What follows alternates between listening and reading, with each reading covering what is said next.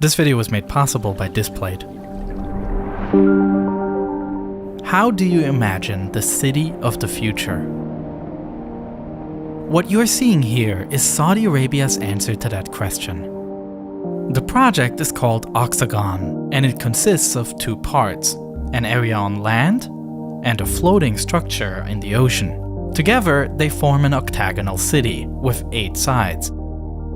The unusual project was announced in November 2021 and is currently in the starting phase. But why would they build a city like this? The city Oxagon is a key part of the development of the northeastern Saudi Arabian Neom project.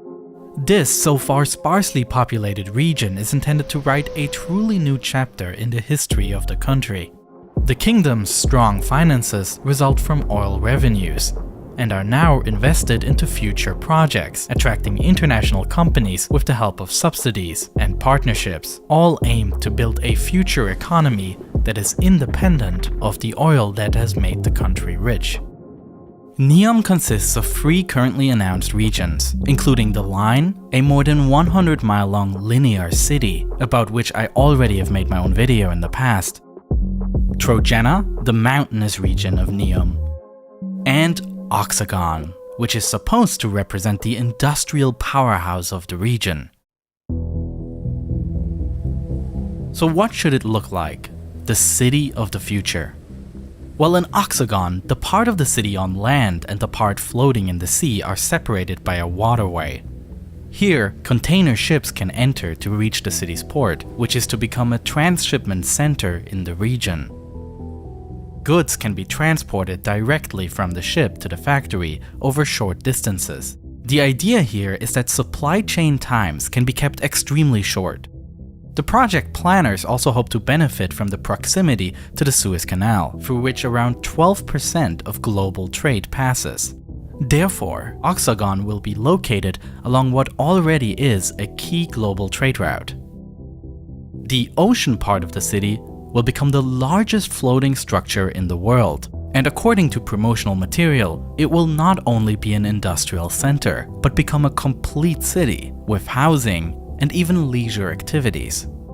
As for the industry, the country wants to attract companies from certain sectors, specifically future technologies like artificial intelligence, robotics, as well as companies with a focus on sustainability. Some already announced partnerships, for example, are a facility for the production of green hydrogen and ammonia, as well as a desalination plant.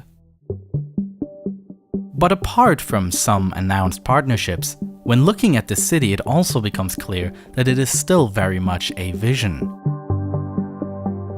A model city that can definitely look different once completed. The kingdom produces opulent promotional films that advertise the project and is sponsoring international events and sports. More so than a rigid construction project, this city tries to paint a utopia, imagining how urban and industrial life can look like in the future. And the sci-fi-like proposal to build half of the city in the water appears as impractical as it appears symbolic. The idea being that it represents the harmony of humanity and nature.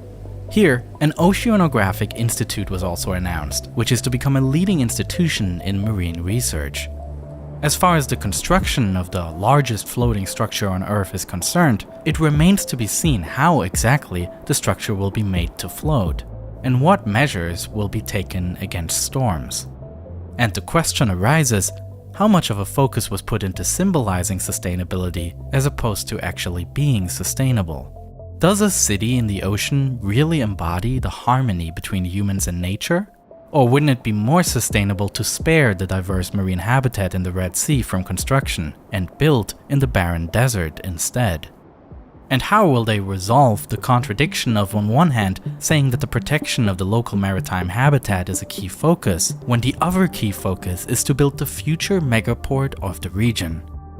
And it's contradictions like this that beg the question, whose vision does this city really represent? The city and the entire Neom area are the flagship development projects of Mohammed bin Salman, also known as MBS. He is the seventh son of the current King Salman and is next in line to the throne. Immediately after Salman became king, he appointed MBS as Minister of Defense. From there, MBS continued to expand his power and has long been regarded as the de facto leader of the country. But in order to finance Oxagon, Mohammed bin Salman is using a very unique approach. Of course, there is a multitude of income sources for the country, such as taxes. However, the profits of the government-owned oil company Saudi Aramco are the biggest single source of income for the country. Saudi Aramco has a monopoly over the country's oil reserves and is the largest oil company in the world by revenue.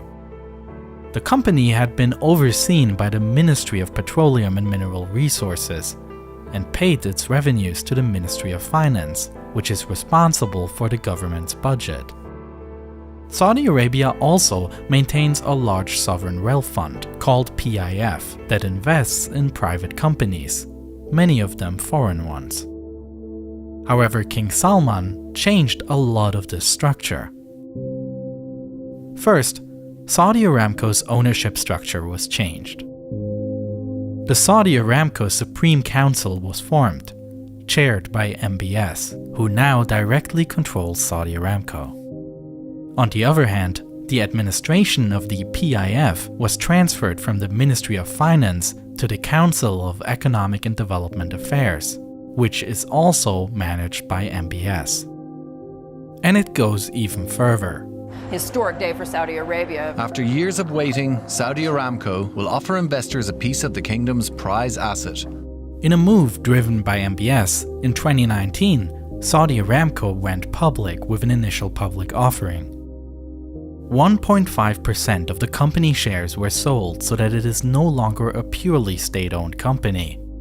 The offering raised $25.6 billion, making it the world's largest IPO. And the proceeds from this did not go to the Ministry of Finance, but instead to the PIF. And in February 2022, the Crown Prince announced a change that will strengthen the PIF even further. A full 4% of Saudi Aramco's shares will be moved to the PIF. As a result, this fund will have permanent regular revenue to invest in projects. But what does all this have to do with Oxagon? Well, it is exactly this PIF fund that bin Salman is using to finance this planned city. Oxagon, as part of the Neom project, is organized in a closed joint stock company that is owned by the PIF. It turns out that MBS does not exercise much of his power through the state budget, but through the sovereign wealth fund. The development of projects by the PIF enables the Crown Prince to plan projects with a top-down approach, and critics see this move as a way to circumvent the already extremely weak institutional hurdles of the absolute monarchy. But how do you imagine the city of the future?